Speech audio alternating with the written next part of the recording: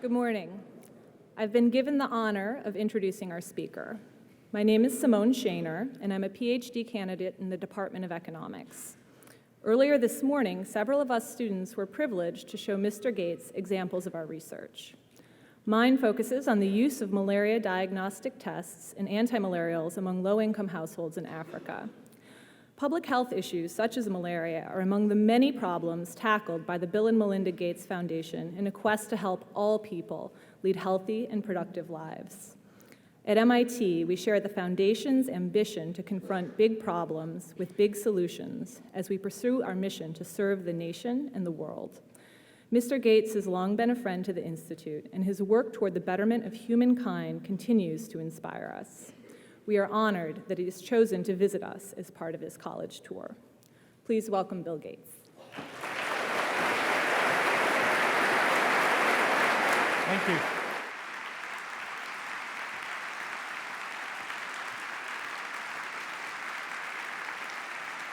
Thank you.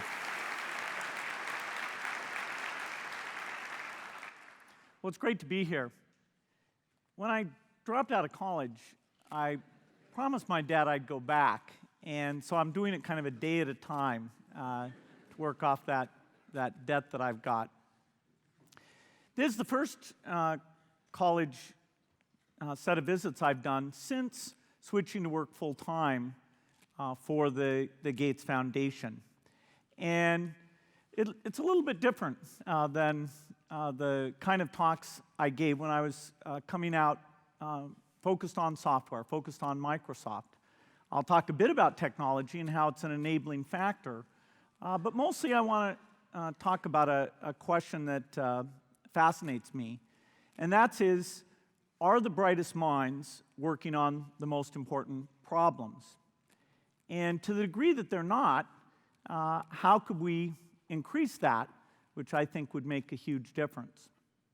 Now, this is a question that we'd like to be as precise as possible, but I think it'll be tough to be too numeric on it.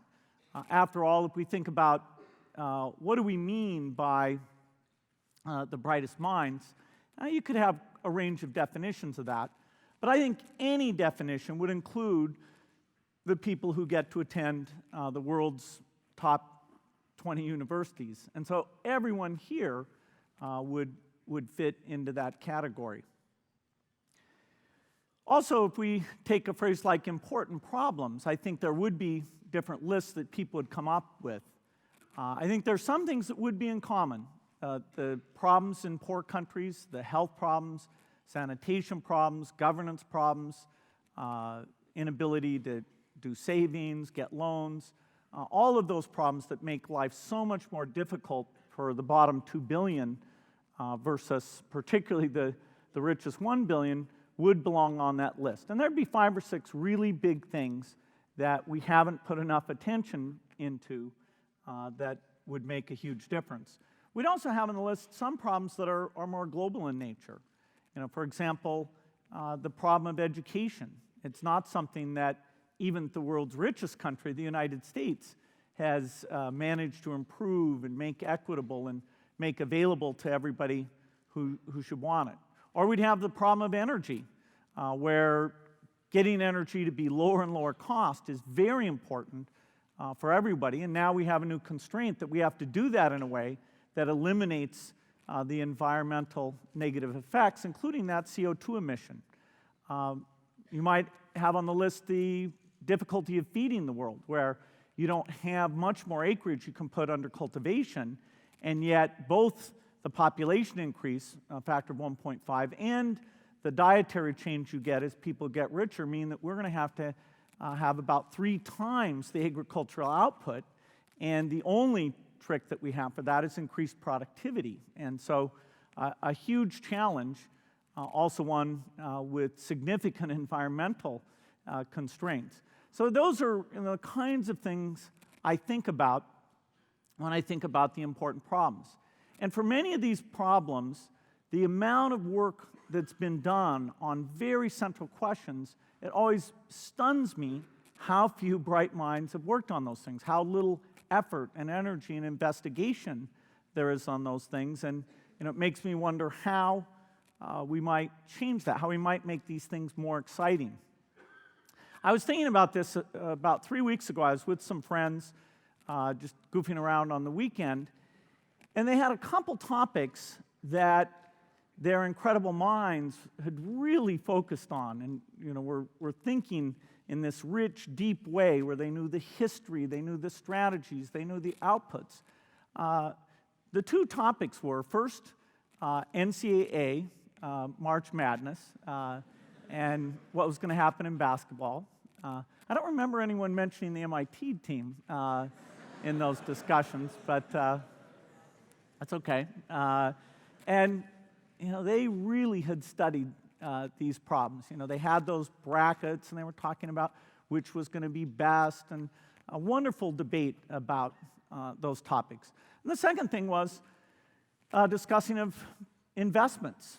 Who would pick good stocks, what had happened in the mortgage market, what was going to happen with the investment banks, what kind of derivatives were there, and did various people understand what you might choose to do in investing in those things. And all that IQ, including lots of IQ that goes off to Wall Street and just works on that on those topics as their full-time thing. So we have lots of talent that could be shifted, at least to some degree, from sports, entertainment, investing, even in the areas of innovation, kind of great science that's done here in other places. A lot of that focuses on the needs of the rich. There's a lot of great work on baldness drugs. Now, I'm not talking about a complete shift, because I still want to have some movies. I like movies, and I certainly know people that would be easier to look at if they'd used a baldness drug. But how could we have a shift of both people who work on these issues on a full-time basis, and perhaps even more importantly, people who, although it's not their full-time focus, that they're engaged in these things, they picked one or two, and their time, their donation, their political voice is involved in these things. I think if you look at the trend over the last 15 years or so, there has been an increase. And places like MIT have been very good in taking leadership on this. If you look at the visibility of issues like malaria and AIDS, it is much higher today than any time in the past. And that is resulting in more government donations, more scientists working on those things. Still, if you take malaria, it's a pretty small set. There's less than 100 scientists who work on the key problems of malaria. Kills 1 million children a year. Should it have more than that? Maybe so. So we've seen a change. My generation was not that aware of poverty and what was going on. I don't know whether it was the Cold War or what the distraction was, but it was not as visible, not as clear as it's starting to be. Now, I see this shift in many ways. I see it in terms of what the students here are going into. I have a project up in Seattle which is about using software to model diseases. And an MIT graduate, Karima Nagdalima, is working on that. And she could make 10 times as much money working on something else, but this idea of modeling malaria and other diseases and testing out the tactics and using actually this Monte Carlo simulation, which is a technique from physics, applying it to that in this very rich way, that problem has drawn her in, and we've got this team of amazing people doing that. We have some exemplars, people like Paul Farmer, who people aspire to do the kind of work that he does. And it's not just the global issues, also on education. Teach for America is a new phenomena. Here at MIT, there were 96 people in the graduating class who applied for Teach for America, and that's 7.5% of the class. And that's pretty amazing, because every one of those kids would have had other opportunities that would have been far more remunerative. So there is this increased visibility. I myself did not go through some rational process of picking what I wanted to work on based on either economics or it ranking high in some list I wrote down of great problems. I fell into what I ended up doing as my full-time career. I was 13, there was a computer, it confused the teachers, it was fun to figure it out, and that became my fanatical involvement, was thinking, how could software improve? How could it be better? Trying to meet people who were good at it, had done more, getting them to critique what I had done, and then eventually starting a company around that idea. And I feel good that you can say through happenstance, that work actually led to a broad industry, personal computing, internet, software, that has been incredibly empowering. It has had, both in a direct sense, but also as a tool to be used for these other problems, it has been fantastic. And so I don't look back on that with any regret. It did work out, but I didn't know what was going on in the world. I was in my 40s before, in terms of my travels, I started really having an awareness of how tough health conditions were. And I remember in particular reading an article about disease in poor countries and seeing there was a disease I'd never heard of called rotavirus that was killing 1 million kids, 500,000 kids a year, and thinking, well, boy, there must be a lot of scientists working on that. Well, in fact, at that time, there were about 10 scientists working on that, not well funded, and just an obvious thing. And so I thought, wow, the world is not that rational. It is not sort of these things. And in a way, that was good news for me personally. It meant there were some very clear things that as I was taking the Microsoft resources and giving them back to society and trying to have impact, there were some low-hanging fruit that hadn't been picked. I wasn't going to be, if the world was rational, my marginal dollars would have far less utility than if there were these things that really had been missed. What I want to do is take two problems, including that one of childhood deaths, and talk about what's going on and some of the things that need more bright minds, and give me a sense of the very deep need on many of these, and yet the great opportunity, the chance of success. I think if you took and tried to give the world a report card, one of the things you'd have very strongly, even if you only pick 10 measures, would be the number of childhood deaths. Some of you know there's an effort that we funded called the Millennium Development Goals that is trying to benchmark where different countries are in the progress and set fairly ambitious goals for improving metrics, and one of those is this under 5 childhood death number. And the milestone for those goals is 2015, and we'll make pretty good progress. We won't achieve them all, but it has had a very positive effect. So this is a very interesting metric. And I actually have one chart. I'm only going to show you one, but it's my favorite chart in the world, and that's one that shows the progress over time in reducing these childhood deaths. If you go back to 1960, over 20 million children died that year. If you come up to the last year, which was the most recent measurement we have on this, it was under 9 million children. And there's about a 40% increase in the size of the birth cohort. So the actual rate reduction you've got is actually even better than the factor of 2 you see here in the absolute number. And so you might say, how did that happen? What is it? Is it cancer drugs? Is it, what kind of science did it? And the answer is, although some of it is just nutrition and income levels, the general advance of GDP per person and the living conditions you're under, by far, most of that is vaccines. Measles vaccine alone is over 1 million of that reduction. Smallpox vaccine that led actually to the first eradication of a disease altogether is a huge part of this reduction, well over 1 million death reduction per year because of that.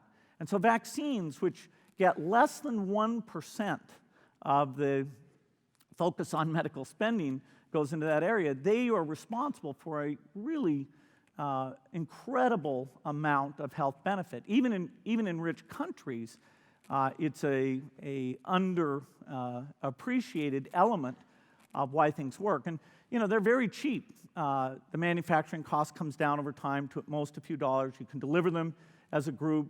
You don't need trained medical personnel to do it. And even in a country like Somalia, where you essentially have no government, we have quite high vaccination rates, actually much better than we have in northern Nigeria, northern India, where you have a dysfunctional vaccination system that's only getting to 30% in some of those areas. So it's a huge problem we have to fix, while at the same time we add in these new vaccines. When you think about the inequity of the childhood deaths, I always think about how's the way you can state that is the most clear.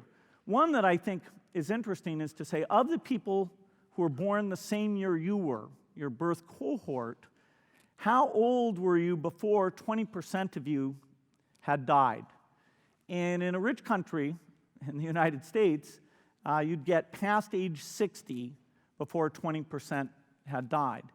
In a poor country, the poorest, you wouldn't get past age 4 before 20% had died. So, very dramatic difference. The thing that was kind of mind-blowing when we found out about this is the effect that improved health has on population growth. The first thing our foundation did actually was invest in reproductive health, because we said, okay, whatever the problem you're interested in, not having too many more people, whether it's jobs, education, food, environment, to not have sort of Malthusian growth levels like 3, 4, 5% a year, which we fortunately only have in a few places now, that is a primary problem. And I wasn't sure how to think about health interventions, because, are you schizophrenic? Do you want more people or less people? And wouldn't that be the first-class effect? Well, the answer is no. Paradoxically, the biggest intervention that reduces the family size that people want to have is improving childhood health. There's some others, like female literacy and things that can be done.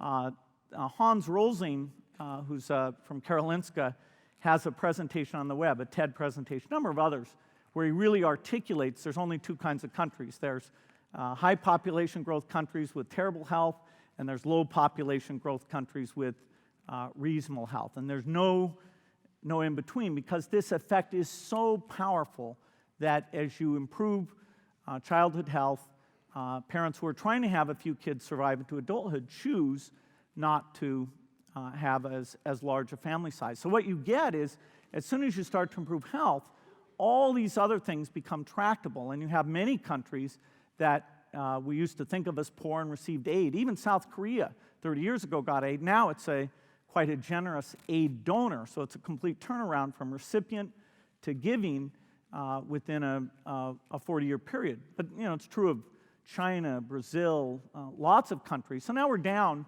to what Paul Collier calls the bottom billion, maybe 1.5 billion or so, that are in this poverty trap that we still need to do better on. And the good news is that despite the complexities and difficulties of these things, something like vaccinations can be delivered anywhere. So inventing those, getting them to be cheap, getting them out, getting a slightly better distribution system will allow us to go from that slightly under 9 million that we're at today down to 5 million, down to 2.5 million, and it has this huge, huge effect. The other problem I want to take as an illustrative example is education. And education, economists, of all the things that's known for sure, investing in education, primary, secondary, college level, doing that in a quality way is the thing that really allows a country to improve its standard of living. So both at that kind of macro level, but also at the individual level, we all know from our personal experience that education is what makes our life interesting, gives us opportunity, and so we should want it to be broadly available. If you look, and I was absolutely blown away at the statistics, I had no idea of how poorly the education system in the U.S. is working. Over 30% of kids drop out of high school. If you're a minority, over 50% drop out of high school. Even the ones who complete, many of them have had a really, really poor education.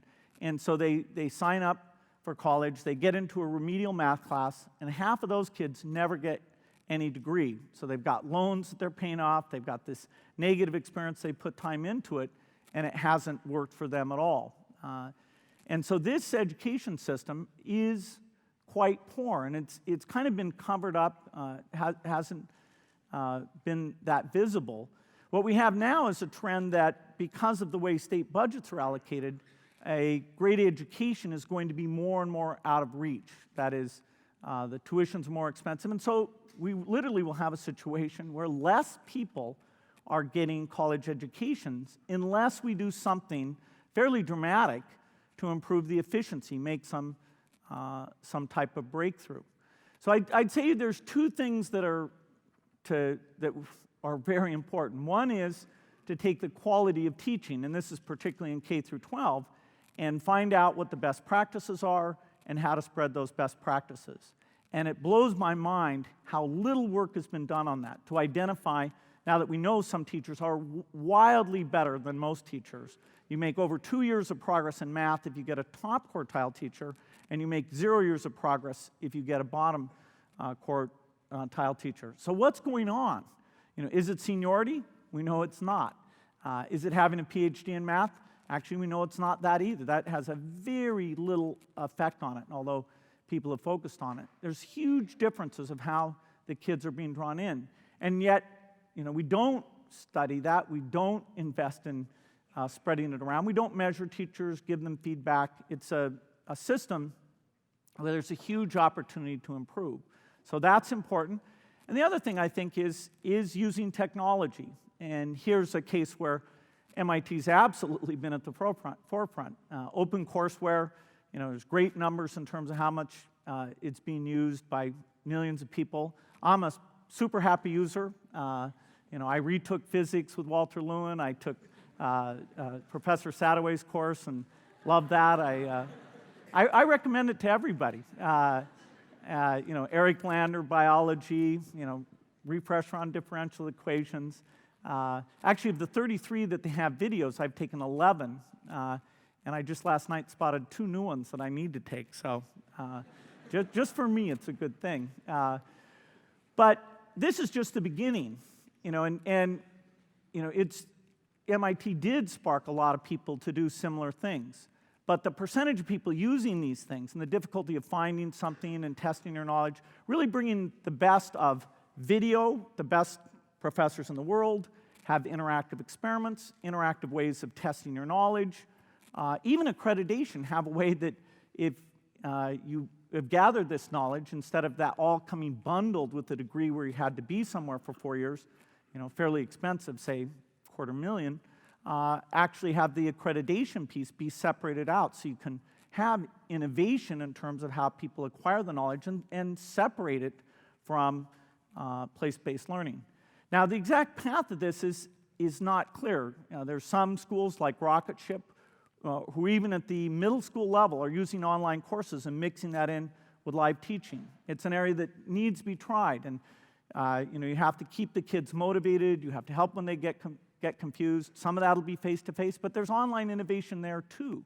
Right now, it's all pretty fragmented, different universities doing different courses. It's kind of hard to find things. Academic Earth does a little bit of aggregation there, but this can improve very substantially. I was talking with Victor Zhu about how we take speech recognition and bring that in. And we were talking about making it more modular if you just want to learn different concepts. So we are just scratching the surface.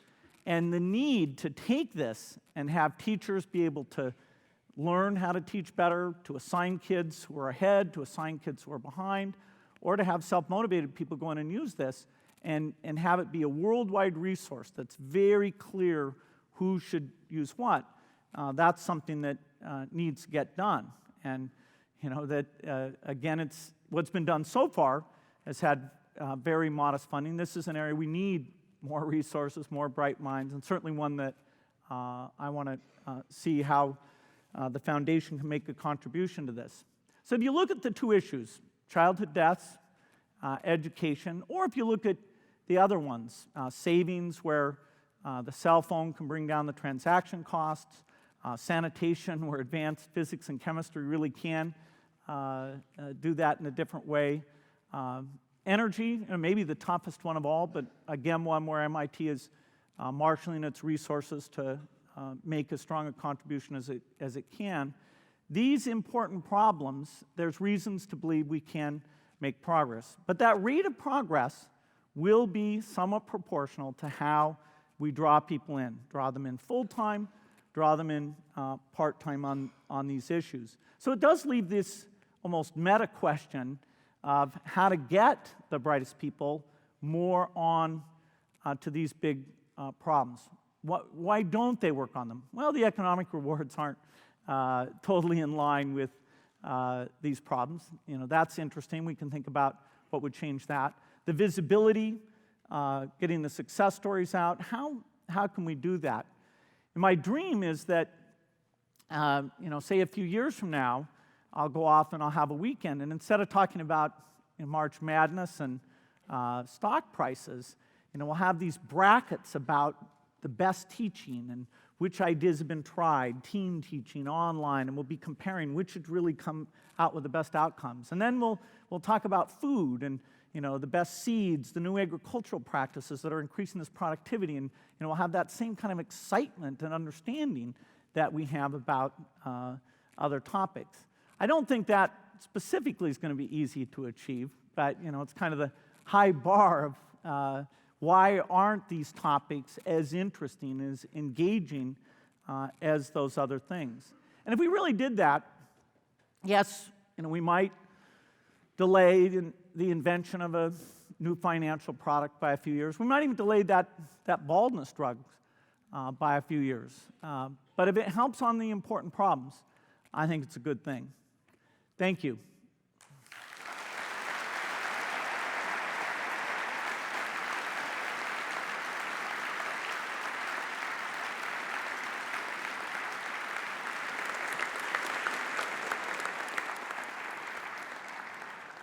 Great. Well, the rest of the time is for Q&A. I think the way it's set up, there's the two mics. There's one here and one there.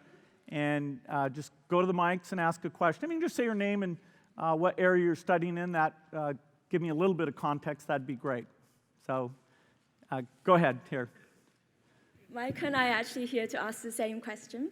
My name is Grace Chen, and I'm a member of a student initiative here at MIT called Leaders in Global Health Transformations, or LIGHTS. We're composed of undergraduate students, graduates, and business students from across campus. Now, as the world's foremost supporter of technological solutions to global health, you know better than anyone that in order to produce a new technology that has a large global impact, not only is there a need for inventive scientists and engineers to build the technology, but also a need for great entrepreneurs to disseminate the technology and build value, a need for people who understand delivery and operations on the ground, and a need for rigorous evaluation and systems analysis. Here at MIT, we have the world's best minds in all of these areas, and many of these experts are currently engaging in various projects in global health. Results of a survey we recently distributed through the Provost Office revealed that over 40 MIT faculty are engaged in some global health research, and 17 student groups have an interest in this area. However, these efforts are currently very isolated, with little collaboration between the different sectors. We believe that if these efforts are better coordinated, MIT as a whole would be very well positioned to play an important role in solving problems in global health. So our questions to you are threefold. First, would you be supportive of a centralized, administrative-led initiative committed to supporting global health at MIT, much like the initiative that already exists for energy? Two, how do you think this initiative might be implemented? And three, how would the Gates Foundation be interested in partnering with such an initiative? Thank you.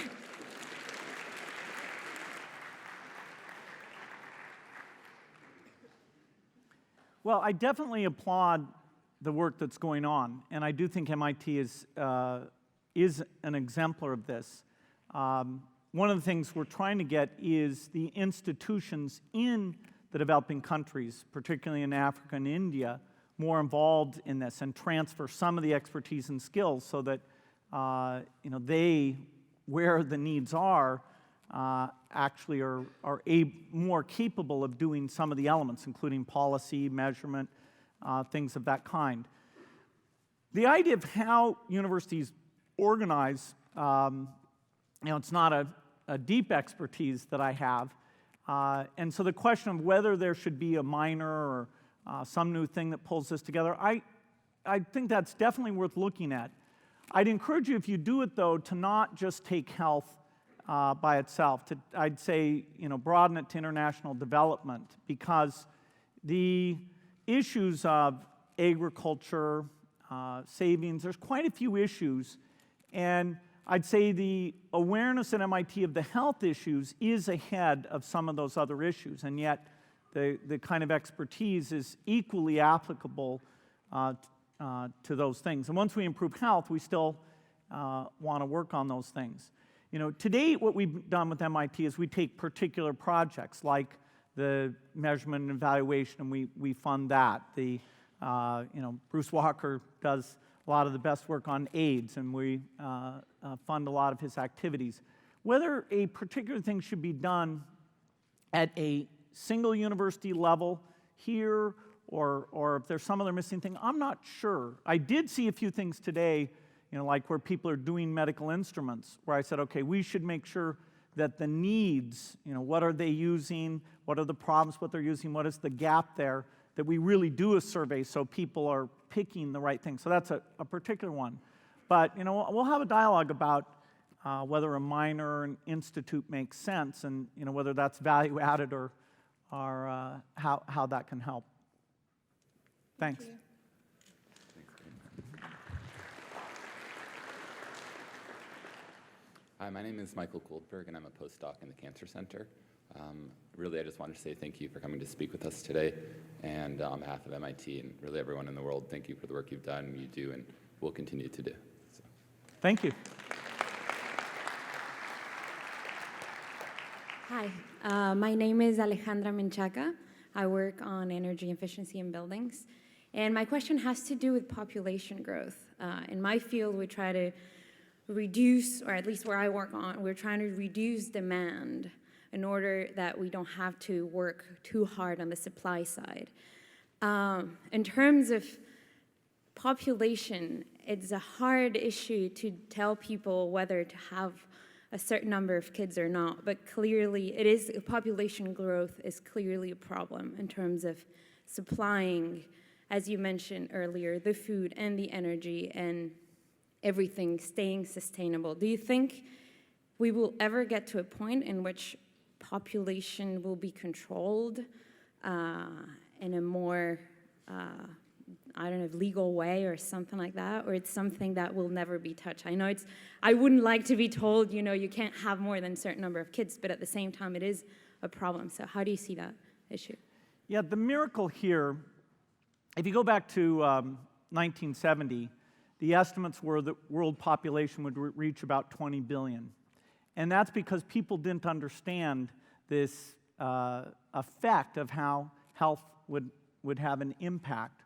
And so they lowered it to 18, to 16, to 14, and now the consensus is about 9.2 billion peak global population in about 2050. Now, on a global basis, that's probably okay, and we won't do much, maybe we could get it to be 8.5 or something. The problem is that population growth is exactly where we have the least resources, the least good government, the least infrastructure, the least education, the least food capability. And all of the increase from the current 6.2 billion that we're at today to that around 9 billion, plus or minus, is going to come in poor countries, in urban cities. A lot of the births will be in the rural areas, but net, it's going to be in these mega cities that are somewhat dysfunctional. And so our reproductive health program is able to substantially lower birth rates because there's unmet demand. That is, if you just go out to women and tell them, okay, there's a shot they can take that works for 90 days, or there's an implant that works for 3 years, we're going to be able to bring the price of those supplies down very dramatically. And it's an area that was ridiculously not funded. In fact, the U.S. government completely pulled out of the UN population group because of this issue that some of these groups are involved in voluntary abortion, and so the U.S. Didn't want to be connected in any way, even with that piece. Now, that rule, the so-called Mexico City gag rule, was eliminated by President Obama. So for the first time, the U.S. is back funding some of the delivery activities. But the innovation here, there's a lot that can be done. As you bring the price of these things down, the injections, the implants, as you get the word out, the demand is there. So it's all completely voluntary. You know, women want to have a smaller family in all of these high population growth areas. And so there's no need to worry about coercive things. In fact, you know, back in the 60s, the Club of Rome people, who were these doom and gloom people, you know, were saying that we had to have coercive techniques, and they just didn't understand. So you should have a very positive view of this. The people want to have smaller families. The advances are coming that will make that easier. It won't come soon enough in a way. You know, take Tanzania, it's a population of 42 million now. Even with a modest birth rate, it'll get to 90 million because they have the age structure is such. You have all these young people that when they go and have their children will about double the population. One of the ironies in population is that the rich countries are shrinking. The U.S. is the only rich country that has population growth. Japan, Italy, Germany are shrinking. Mexico, even at their middle income level, is actually shrinking. And yet, you'd think, oh, well, we should have more immigration. You know, we should take all these young people and keep our age structure reasonable. But politically, that's fairly difficult to do. Even in India, this is an amazing thing. In the south of India, in Kerala, they're below, which is the part of India with really good health care. It's substantially the best. They're actually below replacement rate, whereas in the same country, you go up to Uttar Pradesh, that's 3.5% growth a year, so one of the highest population growth in the entire world. The two highest population growth areas are actually northern Nigeria and northern India, which is also where you don't have good vaccination. And so it's, in a way, it's good news because you do the interventions with the reproductive health and the vaccines and the childhood care all in the same places, and it's very focused where you go and do that work. My name's Alan Bryan. I am in health sciences and technology. I have a PhD in bioinformatics. I'm a medical student, and so I'm now going to work in medical informatics. My question is single, but with two applications.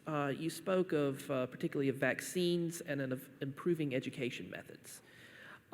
In both, there's a two-part problem. One is how to find what works better, and the second is how to get what works better out to people who need it.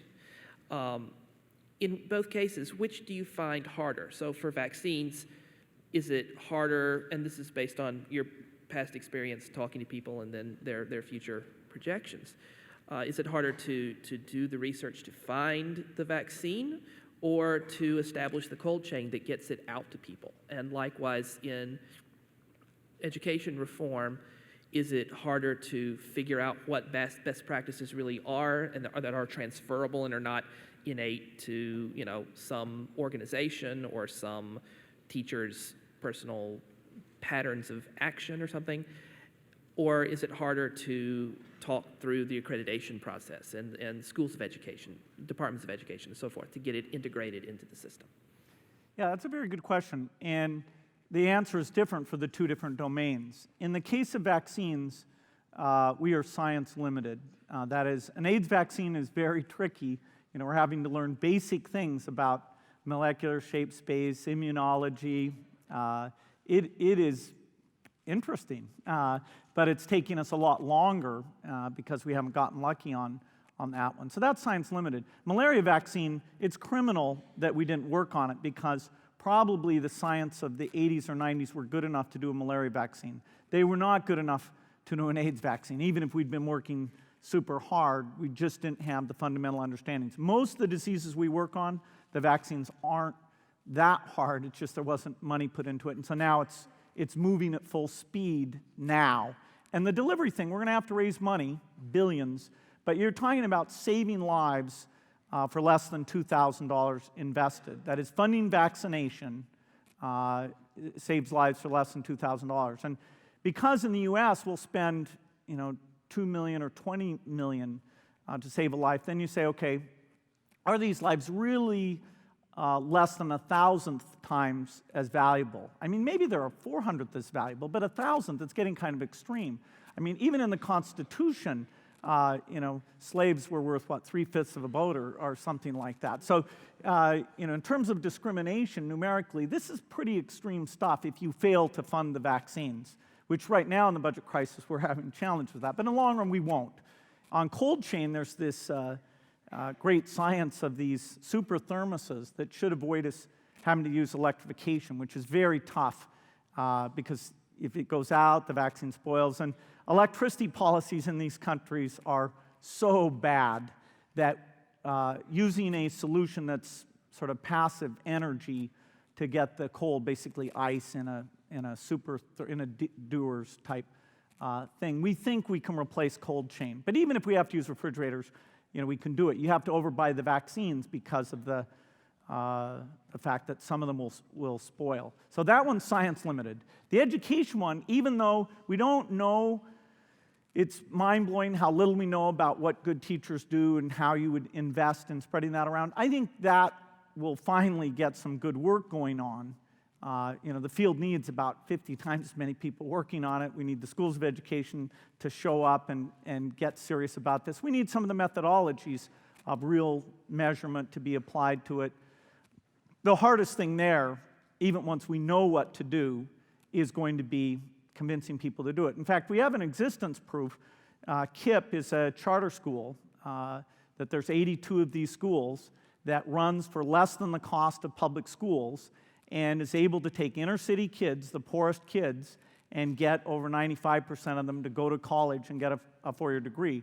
And it doesn't take numbers. If you walk into a KIPP school, you know you're in a very different place, within 15 minutes of being in there. There is some amazing teaching being done there. And it's a different personnel system. It's a long school day. It's just very different than a public school. So here, the limiting factor absolutely is taking current practice, which is sort of I'm doing God's work, don't measure me. Seniority is good stuff type system that, there are many great practitioners in that system, but there's no real effort to spread that. We have 5 sites in the U.S. that we've given $400 million to where the union and the district signed up to have teacher measurement. So we put webcams in so you can see the video. You don't have people walking into the classroom. It's very disruptive. We do student surveys. We do peer surveys. We look at the test data coming in and going out, a variety of measures that we're going to try to get a consensus, 4 years from now, that in these 5 sites, that teachers can say, hey, I like this. It got rid of the right people. It helped the rest of us here do better. It was not capricious. It was not high overhead. I really like this. If that can happen in the 5 sites and they can tell everybody else, that would be good. If you say, what's the riskiest thing the foundation is doing, it's that teacher personnel activity, because the status quo is immensely powerful there. When we invent vaccines, no group, I won't name who it is, can uninvent the vaccine. If you do good education, there are groups that can send you back to square zero, and that has happened in many cases. Thank you. Hello, my name's Matt Denman, and I'm a PhD in nuclear engineering. And I was wondering, you mentioned the importance of low-carbon energy to the world's future. Can you take a couple minutes to talk about the role of nuclear power to provide that energy, given that you're investing in nuclear reactor designs through Tierra Power? Well, the energy problem's one of these incredible problems, and the progress of civilization, you can almost measure it as the price of energy goes down. So many great things happen. We have a civilization that's based on very cheap power, and it's great. We need to continue that. If you look at what technologies could really provide the electricity demand, say 40 years from now, there are very few. And most of the ones that are kind of cute and cuddly have two big problems. I'm talking about solar PV, solar thermal, solar chemical, the various solar approaches, or the wind approach. Those two have, one, it's energy farming. And so the density, the acreage involved, the watts per square meter of those things, it makes it very hard. And when you do farming, you get wind, you get snow, you get, your capital equipment isn't in a coal plant that's protected from the elements. It's large and widespread. So that's very hard. But even if you get past that, there's the intermittency problem, where you can't, on a 24-hour period, or when the clouds screw you up or the wind doesn't blow, you have this storage problem. And you can ask, I think, reasonable researchers, will there be in the next 40 years the ability to store, say, the amount of energy that the US uses over a 24-hour period in, pick your favorite technique, battery, water storage, thermal storage. There aren't many choices. And it's not clear. We should work on that. Professor Sadoway, a lot of people are looking at radical battery technology that could, in terms of cost and capacity, get us in a very different space than even the lithium learning curve will get us to. So you don't want to just bet on those, because their costs are hard because it's farming, and the intermittency thing, once you get above, say, 20% from intermittent sources, you've got a problem. It's cute, it works well up to about 20%, where you ask the baseload guys, which today those are the hydro, coal, natural gas, nuclear guys, you ask them to suck it up when the wind doesn't blow. Anyway, nuclear in some ways is the coolest of all, because you put the plant near the demand. You don't care if there's sun or not. There's lots of countries that don't have sun and wind much at all, and so you have to say, are they willing to have the political risk of having their energy coming from, say, Libya, and over some big transmission infrastructure? Anyway, nuclear has the advantage that the amount of energy sort of per atom is about a million times better than coal or natural gas. So you start with this huge advantage, and yet, given the complexity of the plants and the things you have to do, you more than wipe out your million-for-one advantage. And today's nuclear plants are fairly expensive, at least the way they're built outside of China. They're quite expensive. China's actually building them in 3 years and competitive with coal, so they're pushing the state of the art, and they're standardizing designs and things like that. Anyway, so nuclear is one of the directions that we should innovate in. Nuclear innovation stopped in the 1970s. We basically have this sub-design thing that was put into Shippingport for the first power generator, and we basically built 400 of those that are all kind of custom, but not in any interesting way. They're all LWRs and PWRs. And the industry did not innovate much at all. There's this third generation passive safety AP1000, but except for that, it didn't do much. So the question is, can we get 1,000 bright minds with 20 different ideas? And we're starting to see that. I don't happen to believe in modular reactors, but some people do. That's great. Some people like these molten salt reactors. That's a little bit tricky. The crazy group I'm backing, we use U-238, depleted uranium. And because we have fast neutrons, we have this neutron budget that's very different. Now, our main problem is a material science problem, is these damn neutrons degrade the cladding and everything, and we don't have a predictable way of saying, over a 40-year lifetime, how various materials deal with that. If you look at the fusion guys, their neutrons are like 1,000 times worse than our neutrons, but even ours those guys have 14 MeV neutrons. Good luck to them. But people should work on that. That is not an easy thing in terms of the economics. So nuclear, in terms of baseband, is incredible. And if you use this approach we're talking about, it is infinite. That is, you can filter out of the sea very cheaply enough uranium to run this thing for as long as the sun will shine. So in that sense, is it, quote, renewable, quote? Well, it's infinite. You don't worry about the amount of uranium. So anyway, I think it's one of the approaches that a ton more should be done in. We need more money in material science. We need more money in batteries. We need more money in transmission. This is an underinvestment area where, if the government actually does raise trading money or carbon tax money, some of the bills that have been proposed don't actually fund R&D at a reasonable level. So it's kind of a tragic thing that hopefully if we get a revenue source that we can take the energy R&D and get it up, maybe a factor of 3 or 4 more. There's a few good things going on like DARPA-E, but that doesn't work for nuclear. But I love nuclear.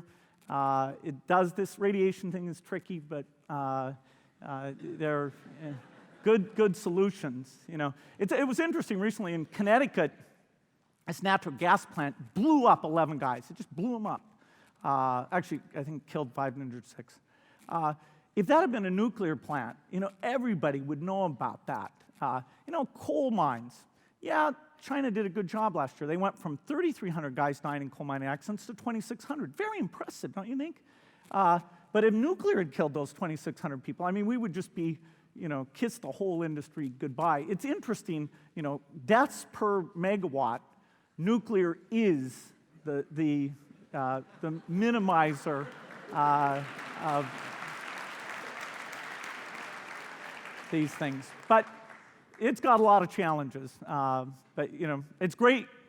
I'm glad there's this renaissance of people going into nuclear. We have this company, and everybody in the company is either over 60 because they have done something, or they're in their 20s or 30s because they're open-minded and optimistic. So it's an interesting bimodal. We don't have anybody in their 40s and 50s because that was the nuclear shutdown period is when those people would have been trained.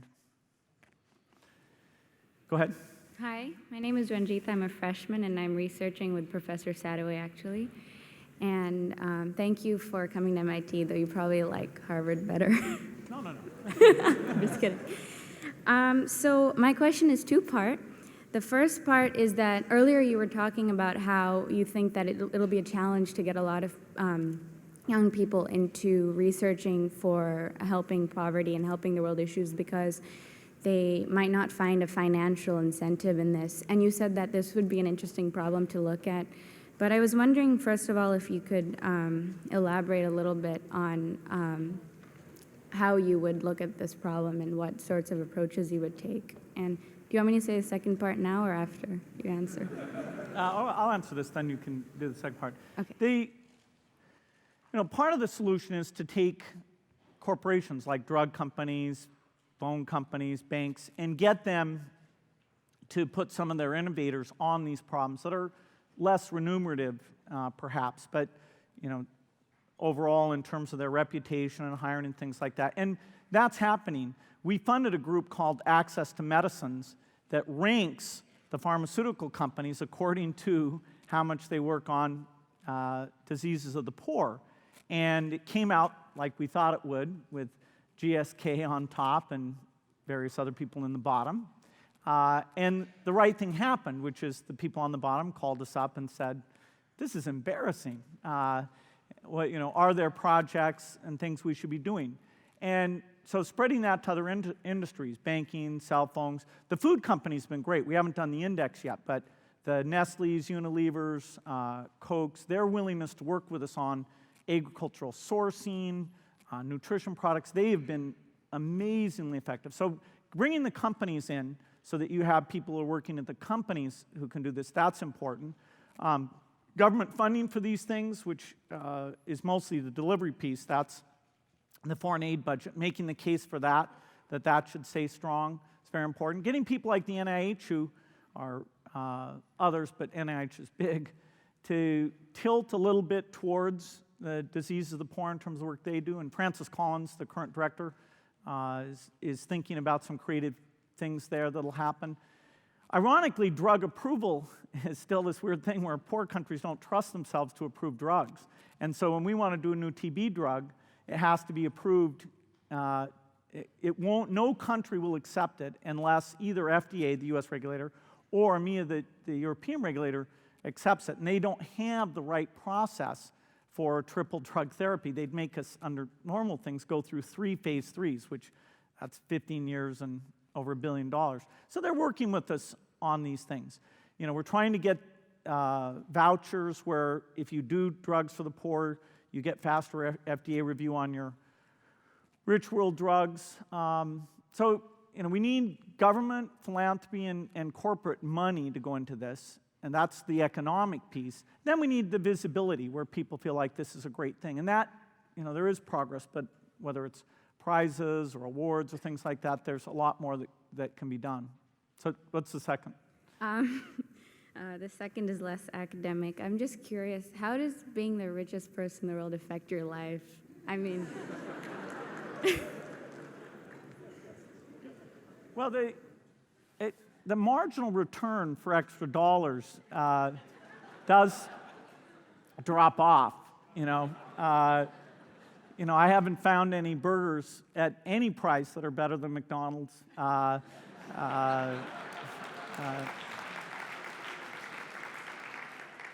There's a few things like air travel where it's nice. But, other than that, overwhelmingly, once you get past, some point, I don't know what it is, a few million or something, then it's all about how you're going to give it back. What are you going to pick someone? Are you going to get involved yourself? How are you going to do that?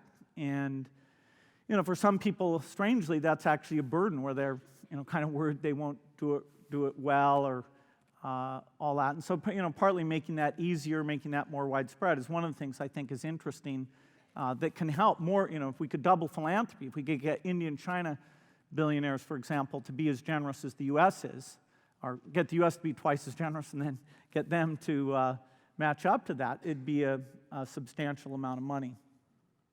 Well, I guess I've used up all my time, so that, thank you. Those were great questions. Let me just leave you with a small challenge or opportunity, which is that on the Foundation Facebook website, if you have ideas about a particular problem or the general issue of drawing people in, if you have ideas about that, I encourage you to post there because I'll go look at that and see if there's things that we ought to help promote, and hopefully we'll get a lot of good ideas. Obviously coming here, you're people who believe in these things, so I want to thank you for that. But think hard about how we can get even more people involved.